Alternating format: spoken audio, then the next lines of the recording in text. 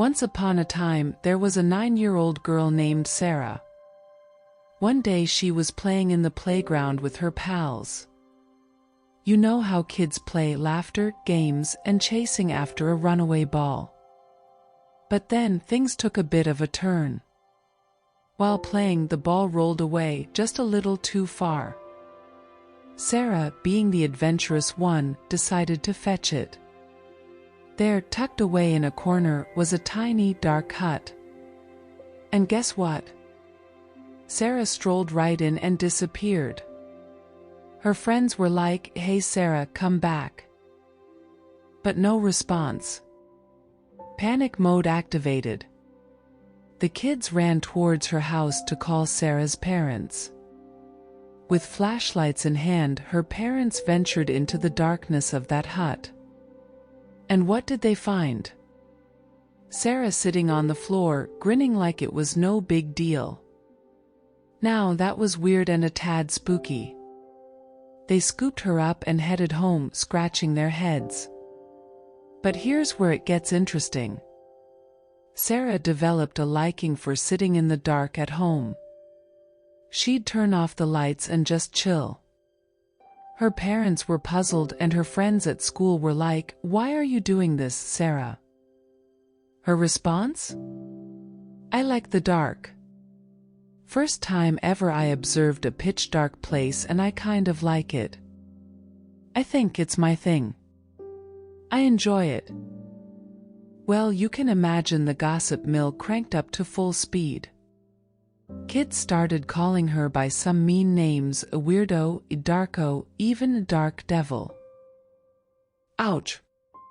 Not only did Sarah have to deal with the name-calling at school, but her parents were also confused and anxious at home. They were getting more and more worried by the day. Cue the concerned parents move. They consulted some doctors. After a battery of tests and lab work, the doctors threw their hands up in confusion. Everything seemed normal physically.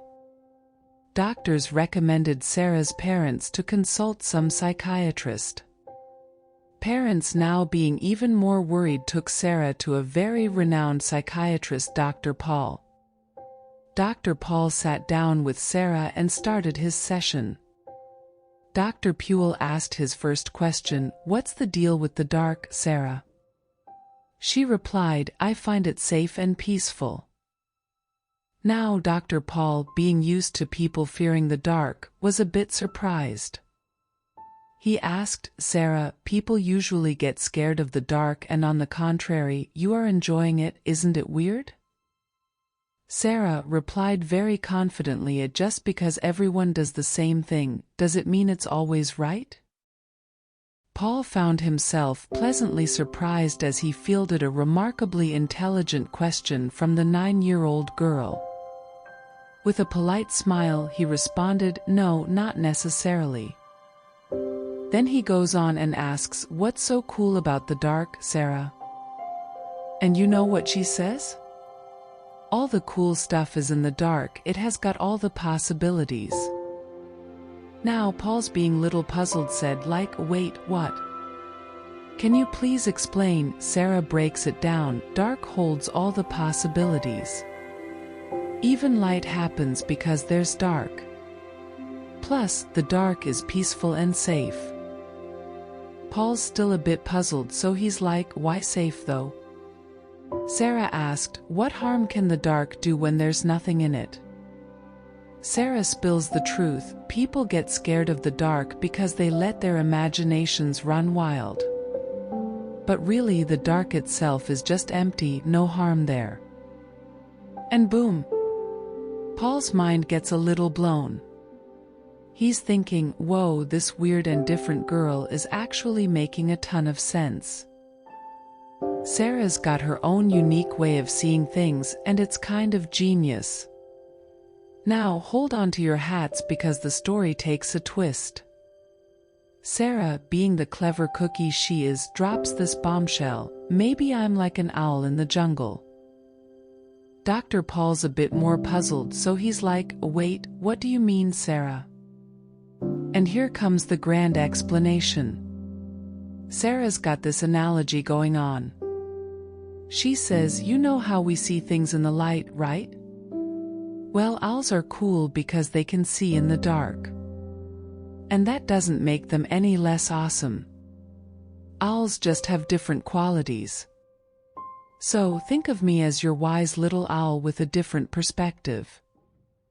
Dr. Paul, taking a moment to absorb this unconventional wisdom, realized that, despite being weird and different, Sarah's uniqueness is something special. He did something unexpected. He recommended an IQ test for Sarah to her worried parents. The results blew everyone's minds. Sarah was a super smart kid. Dr. Paul delivered the news, "You've got a super smart kid here." Normal folks, teachers, and kids might not see her genius because they only accept what's like them. Sarah's story became a lesson for everyone. Dr. Paul urged Sarah's parents and everyone else to embrace differences. He pointed out that if everyone thought the same way, humanity wouldn't have achieved anything. Think about it, the first person who decided to build a house instead of living in a cave might have been called a weirdo. But thanks to them, we're not all living in caves anymore. Sarah didn't let the name-calling and strange looks bring her down. Nope, she embraced her uncommon thoughts and went on to become a very successful astronomer and philosopher. Her unique perspective brought something special to the world, and Dr. Paul was right, we can all learn something new from someone who sees life from a different angle.